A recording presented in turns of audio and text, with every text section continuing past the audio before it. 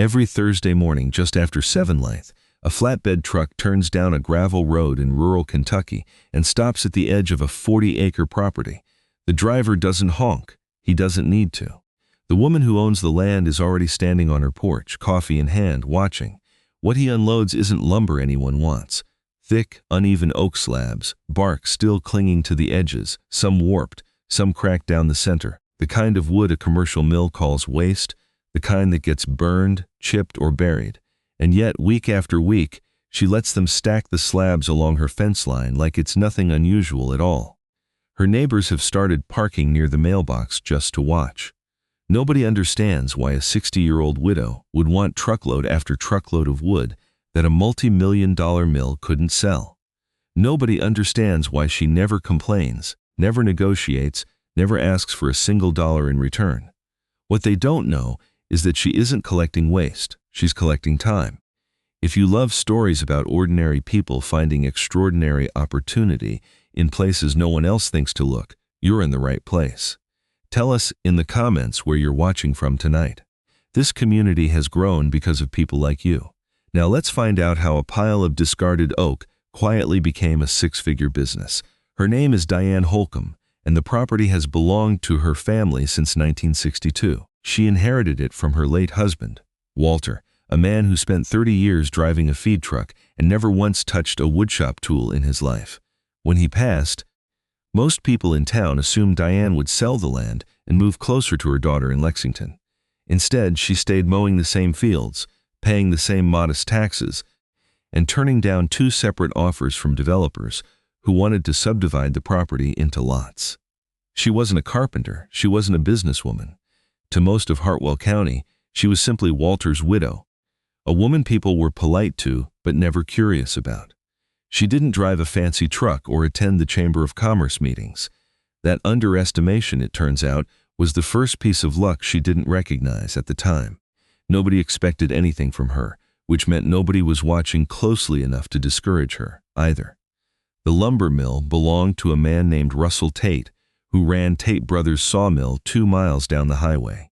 Russell didn't know Diane personally, but he knew her land had a long dirt easement, perfect for staging overflow material. The mill processed thousands of board feet a month, mostly for flooring contractors and cabinet shops who ordered in bulk and expected every board to match the last. When a log came through with wide, irregular grain near its center, often the most beautiful part of the tree, it simply didn't fit standard production. Buyers wanted uniform boards, predictable grain, straight edges. Live edge slabs, the ones with the natural curve of the tree still intact, were considered a liability. They required longer drying times, careful handling, and buyers willing to pay for character instead of consistency. Most commercial mills don't have the patience or the market for that kind of wood. So, Russell proposed a standing arrangement. Every week, instead of paying landfill fees for slabs nobody would buy, Tate Brothers would haul them onto her easement, and in return, Diane could keep and use as much of the wood as she wanted. It cost the mill nothing, freed up space at the sawmill, and gave her an oddly endless supply of free hardwood for some use she hadn't yet imagined. She said yes, not because she had a plan, but because Walter once told her never say no to free wood, you'll find a use for it eventually. She didn't know yet how right he'd be. For the first few months, the slabs simply sat there, slowly losing moisture in the open Kentucky air.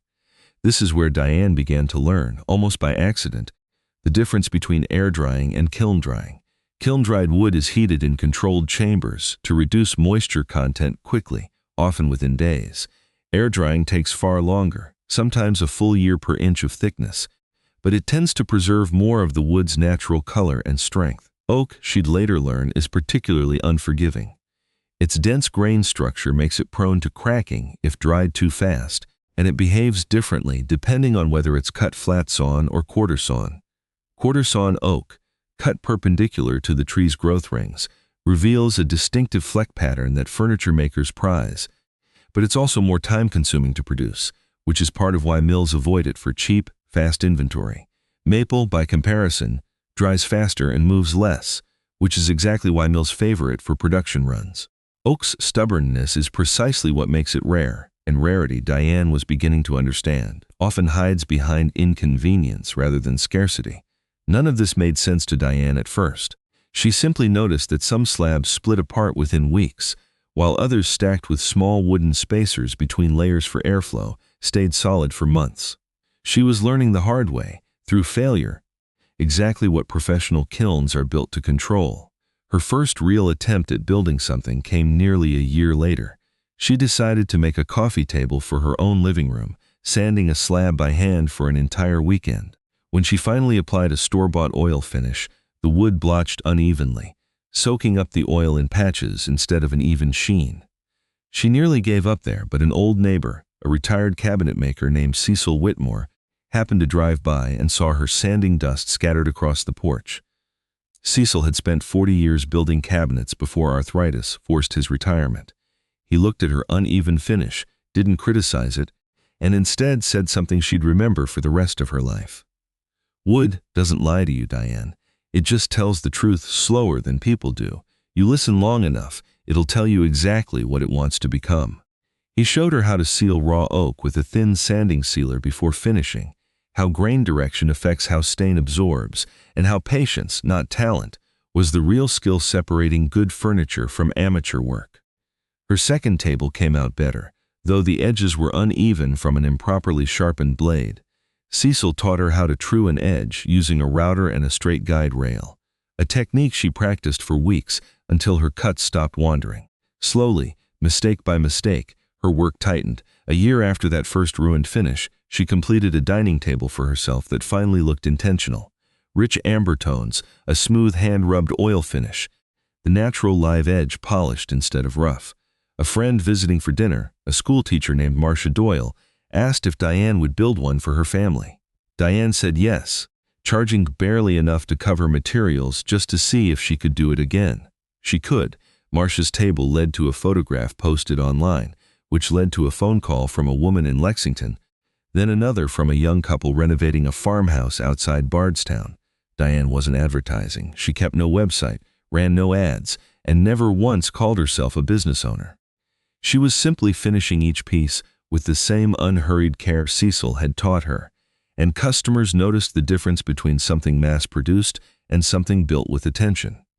One client, after picking up a finished console table, told her flatly, "This feels like it has a story already." Diane realized almost without meaning that the story was exactly what people were paying for. The turning point came almost 3 years after that first truckload of slabs.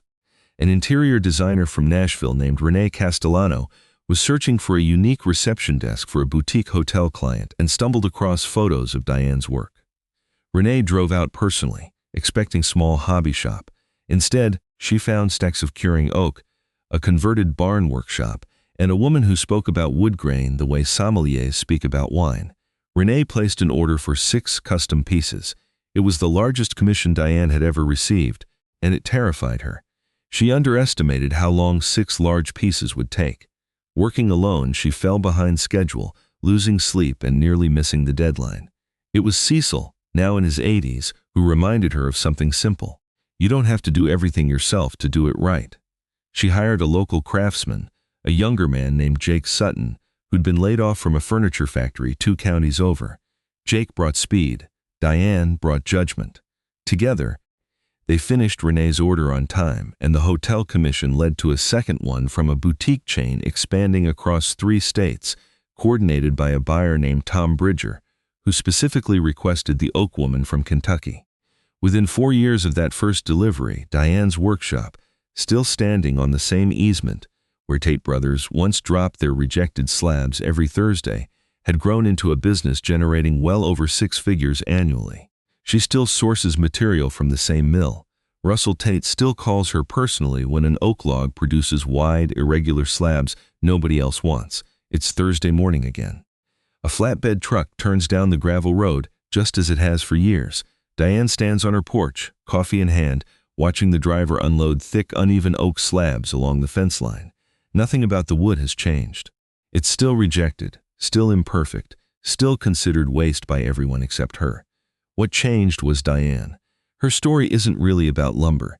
It's about what happens when someone refuses to dismiss something simply because it looks rough, unfinished, or inconvenient. Value rarely announces itself.